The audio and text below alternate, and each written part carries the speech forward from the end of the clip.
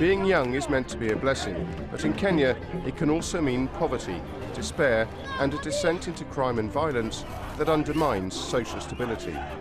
With one of Africa's fastest growing youth populations frustrated by corruption and official neglect, is Kenya's ticking time bomb set to explode?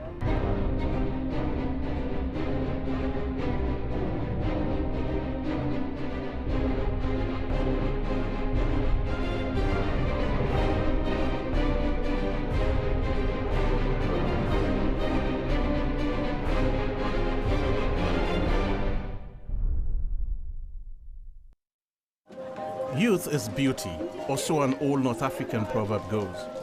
But can too much youth be too much of a good thing? Across my continent, the numbers of young people are increasing every year. This youth bulge, as it's called, should be a source of hope, but instead it's causing unprecedented problems. In Kenya, which has one of the largest youth populations in the world, the main challenge is unemployment and its harmful consequences. As the country's young people struggle to find a meaningful place in society, we've discovered that widespread corruption, lack of economic opportunities, and neglect by successive governments are pushing their frustrations to boiling point. Some fear Kenya has become a ticking time bomb. My name is Sorios Samura, and I have come here to see what this crisis really means for a country that has long been considered one of Africa's success stories. It is early morning in Nairobi, the capital city of Kenya. Thousands of young people make their way to work. Many thousands more, however, are simply searching for work. Roughly 70% of the country's youth of working age, almost 10 million people, are unemployed. George, who I have come to meet this morning, is one of those looking for a job. Today, he's on his way to one of the city's industrial areas in the hope of finding employment. When we arrived, there were already hundreds of people, most of them young, all waiting with the same idea. George was left to join the crowd and hoped today would be his lucky day. So, George, what are the chances that you're going to be picked today? The chances that I'm going to be picked today is limited. I'm just very slim. I'm just gambling if I can. And how long are you going to wait for? Here, you can stand here for maybe half a day, because you never know the time you can be picked. Well, good luck. Let's keep fingers crossed. Let's see what happens today. Okay, thank you. George graduated from university in December last year with a diploma in electrical engineering, but has so far been unable to find work. It looked like his luck may have been in, however, when supervisors from the factory came out to assemble all those that were waiting.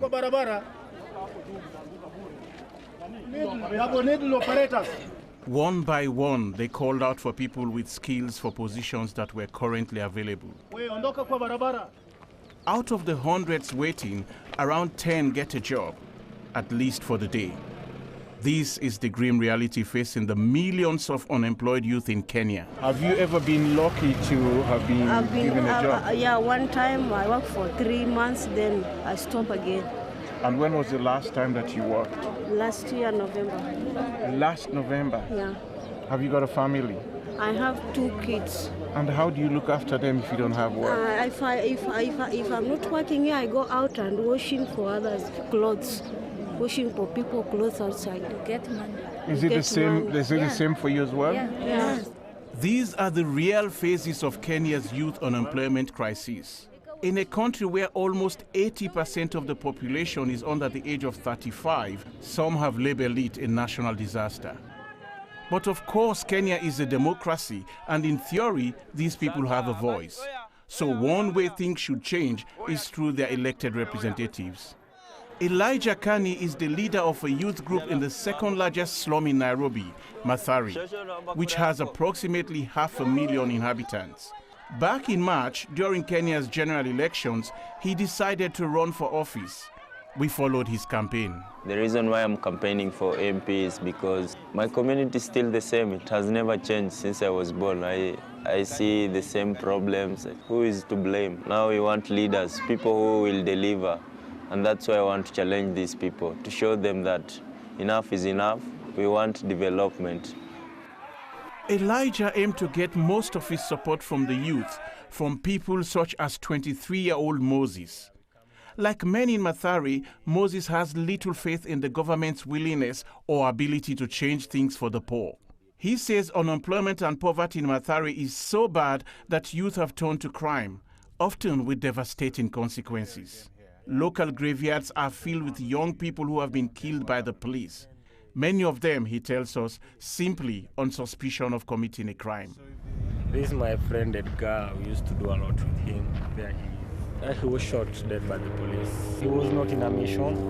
He was found in the ghetto and the police were looking for him.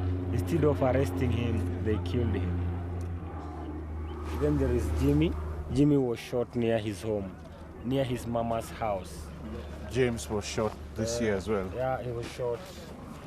He was at his home. He was shot in his mother's home. Was it a stray bullet, accidental? No, the extrajudicial. See, I told you the police act brutal to the youth. Here it is Kamau.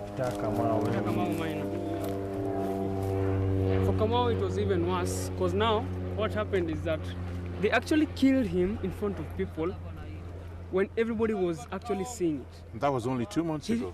2 months ago, they took him. So what they did, they took his hand, they shot his arm, they shot his left arm. He couldn't do anything. He was lying flat. They took him, put him in a corridor, and they shot his head. Allegations of extrajudicial killings by the Kenyan police have been widely reported since a 2009 UN mission concluded that the practice was systematic and that a culture of impunity prevails. The Kenyan government rejected the findings and those made by other human rights groups. But for the young men of Mathare, it's just another sign of official indifference.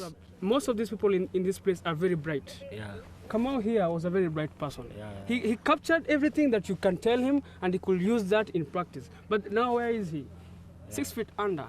Look at Jimmy. We don't have powers. Jimmy was a brilliant footballer. He was an excellent footballer. Now his talent is normal. There he is lying, a young man. Now, you know, the government doesn't help even the football clubs. The government is, we don't care about the government. Okay. I don't think if anybody cares about the government. Okay. Yes. The government has never been helping since I was born. I've been raised in the slum all my years, and I've never found anything that has come to help the slum. What is it that you think the government should do? What one thing at least, you know, to help you guys turn things around? Bring us facilities. Yeah. Bring us the resources. Yeah. Bring us tools to work on. Yeah. Bring us hope. Yeah. Give us something that we can believe on. Something that we can start as a foundation. We can create our own things if we only have a foundation to start on. This is for my fallen soldiers. We miss you. Listening to these youths, you know, expressing their concerns, their worry about their own future, about their survival is very, very disturbing. And in fact, what is even worse is the fact that they're so intelligent, they are crying out for support. They don't seem to have anywhere to turn to. They've lost all faith in their own government. And this, to me, seems to be painting a very bleak picture in this place. In poor areas like Mathare, people have to find their own ways to make money. Moses invited me to see how he makes a living, cooking a drink called changai, a cheap alcoholic brew that is sold widely throughout the country. They are brewing the drink illicitly, so it is done in the night. This is the cash crop of Mathare. Many families rely on it to have food. Moses only takes home about $1 or $2 for an evening's work. But with such scarcity of proper employment, it is these low-level black market industries that now account for 4 out of every 5 new jobs in Kenya. But while many young unemployed people in the slum areas turn to crime, others try to support each other by joining together in youth groups. Moses, who used to be heavily involved in crime himself, is the founder of one such group called Ghetto Marvelous, which has around 55 members who stage entertainment shows every weekend.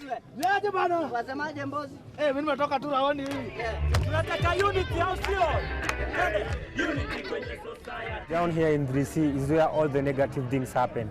Now we try to bring the positive things through the youths. That's why we came up with this group where people will be busy creating things. It was encouraging to see the collective spirit of these young men and women, but the truth is that job prospects for most of them are very limited. Not only are many of them poorly educated, but with 7 out of 10 youths unemployed, proper jobs often go to those with money and influence. Corruption, as it so often does in Kenya, makes things impossible. If you want to have a job, you must bribe to have a job. So it's very difficult to get a job when you don't have money, especially you are from a poor family. Is there any one particular job that you really tried hard to get? Yeah, I went to try to be a soldier. I went for the recruitment, but I was told without 100,000, there's nothing you are doing here. Where we come from, crime has been the main means of survival amongst the youth, because you find that when life becomes tough, you have nowhere to go and seek a job, you have to turn into crime to make the ends meet. Yeah. Do you believe that the government care about you, the youths, at all? The government doesn't think about the poor. Let me tell you something. The rich people here, they rule the town. A poor family doesn't have a voice in the ghetto. Transparency International has placed Kenya as the 4th most corrupt country in the world. And it's a problem that affects every section of society, with law and order worst of all. Last year, to find out what young people here are up against, 2 of my colleagues, Anas Aremio Anas and Peter Murimi, performed 2 simple undercover stings. Anas never reveals his identity, so his face has been blurred. Their first port of call was a court just outside Nairobi, the sort of place where young Kenyans accused of crimes might hope to get a fair trial. Our undercover journalist had heard of a clerk known to take money for providing inside information. Inside the courthouse, they found their man. After telling him they wanted to buy a case file, he took my colleagues outside for negotiations. 5,000. Okay, can I give you 3,000? 4,500. Chop. We went around the corner to make the payment. Chief, okay. Can I make the payment now? Can I make the payment now? Then the file, an original ruling that was supposed to be confidential, was ours. We could have used it to affect the outcome of the case. We'd also heard about a young man who had been detained by the police simply for having too many colors painted on his bus. Like many arrests here, it seemed more like an effort to extort money. To see how easy it would be for the police to drop the charge, we paid this officer and his colleagues around $50. The young man was freed. But it's not just corruption in Kenya's judiciary that's a problem. It's a norm in every level of life. Our candidate, Elijah, found this out for himself back in March. It was clear that he didn't have much money for his campaign. But like youth everywhere, Elijah held hope close to his heart. My opponents have a lot of money, but they can feel my presence on the ground because I'm walking around, meeting people. When we have a rally, people will come and show up in big numbers. It's because I'm one of their own and I'm ready to challenge these people, to show them we don't have to fight for people who are not ready to help us. But Elijah was up against a political machine run by a wealthy opponent called Maina Wanjohi. And money, as I've seen so many times, was about to make the difference. One day during the campaign, we joined an election meeting of young men and women invited to the local town hall. We watched as they were called up by a Wanjohi campaign worker to receive just under $4 each. As one of the attendees explained, these meetings are clearly designed to buy their votes. We've disguised his identity for his own safety. Ye ni do tu, kila kitu ni do. Si na walituhonga, si uongo uko ndani. Sasa ndio wanaongea mambo zao hapo ndani, baadaye wanatupea kile wanatupea. Wanatupea t-shirt zao na do. It's no surprise that against this background, young Kenyans are being pushed to the margins, struggling for opportunities. But what could this mean for the country? And why is the population so young in the first place? I went to meet Dr. Alex Easy, the Executive Director of the African Population and Health Research Center, to find out. It's a demographic event that is occurring. It's something that many countries went through at different stages in there as they move from very high fertility, high mortality to very low fertility, low mortality. They will create this reservoir of people that survive.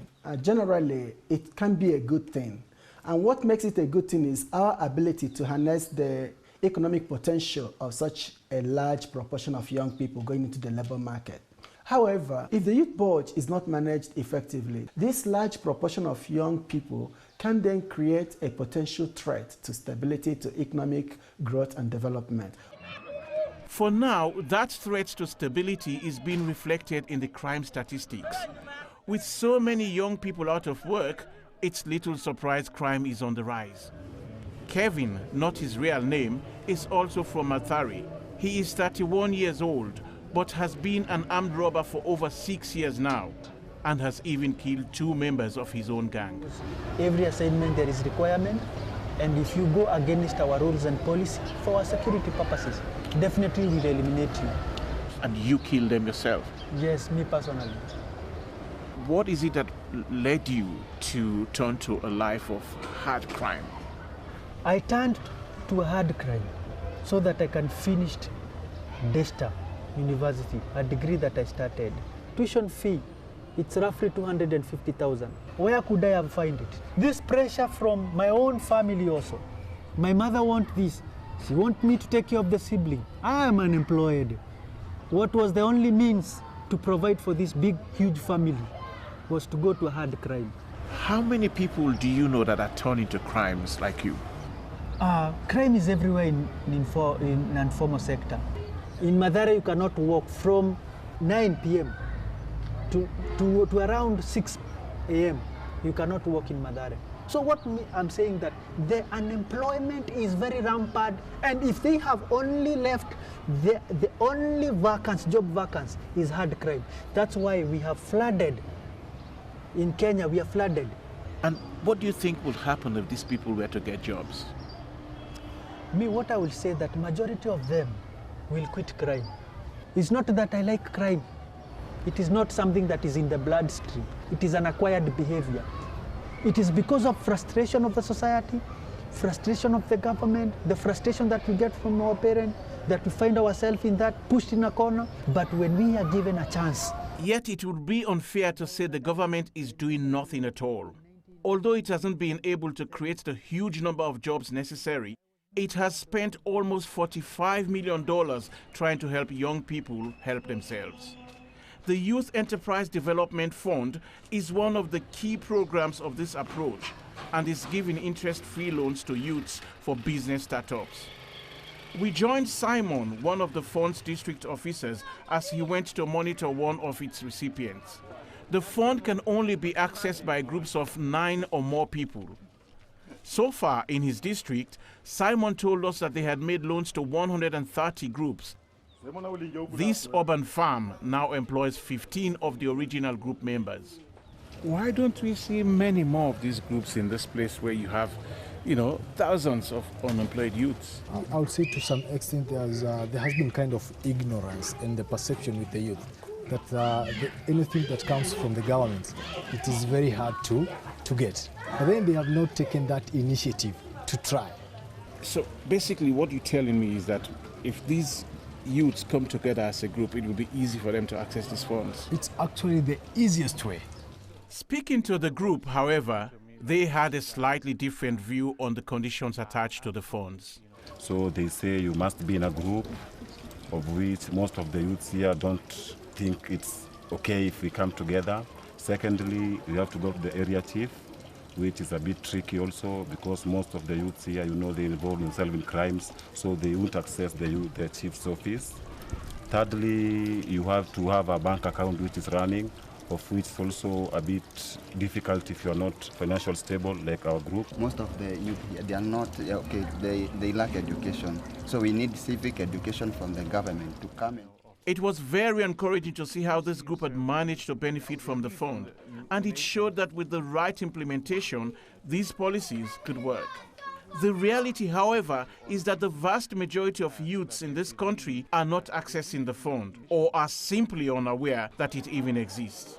Is this their lack of ambition or government indifference? Raphael Obonyo is from Nairobi and is an advisor to the United Nations on Youth Affairs. He believes successive Kenyan governments have failed the youth. During campaigns, you see a lot of politicians come out to say, we want votes from young people, we value young people, we are going to take into consideration their concerns, we're going to deal with youth unemployment. But once they get into power, nothing happens. In fact, I think government and politicians are actually antagonizing young people more. They marginalize them further. They are actually pushing them to situations of desperation more and more. Raphael also works with the Youth Congress, an independent youth empowerment organization.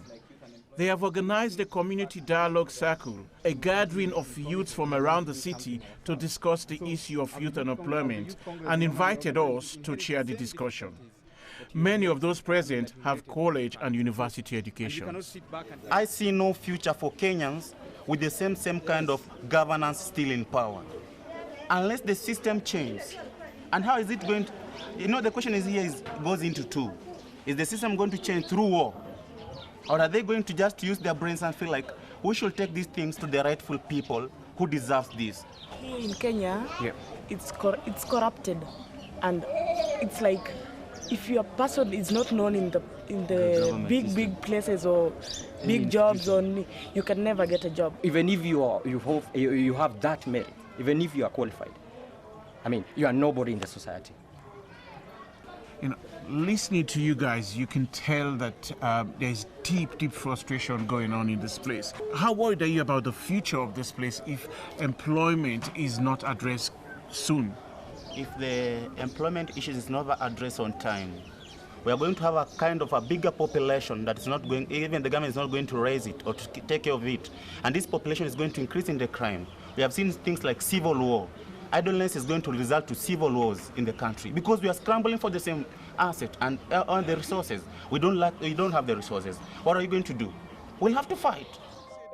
Is Kenya really staggering blindly towards more civil unrest? These youths seem to think so. Their words were particularly frightening for me. It was these same conditions that led to a youth revolt in my own country, Sierra Leone, which ended in a devastating and horrific civil war. Clearly, Kenya is not at that stage, but it is not new to civil disturbance either. The recent terror attack at Westgate Shopping Mall in Nairobi was not the work of Kenyan youth, but just 6 years ago, after an election that was widely condemned as fraudulent, youths across the country exploded in a fury of violence that tore across tribal lines, killing almost 1,300 people and forcing over 1 million to flee their homes. The question today is, can the situation in Kenya change?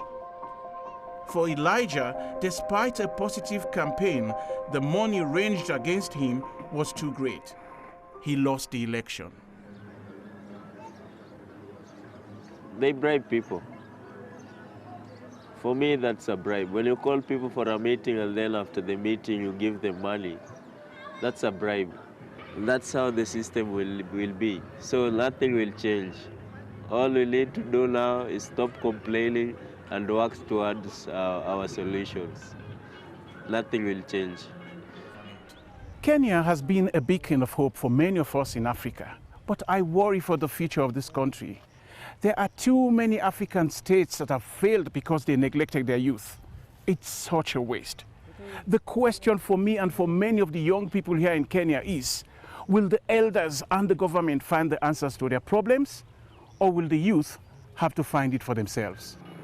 During our time in Kenya, we tried throughout to get an interview with either the president or a government minister, but no one was willing to speak to us. The youth in this country are crying out for change, but their pleas appear to be falling on deaf ears.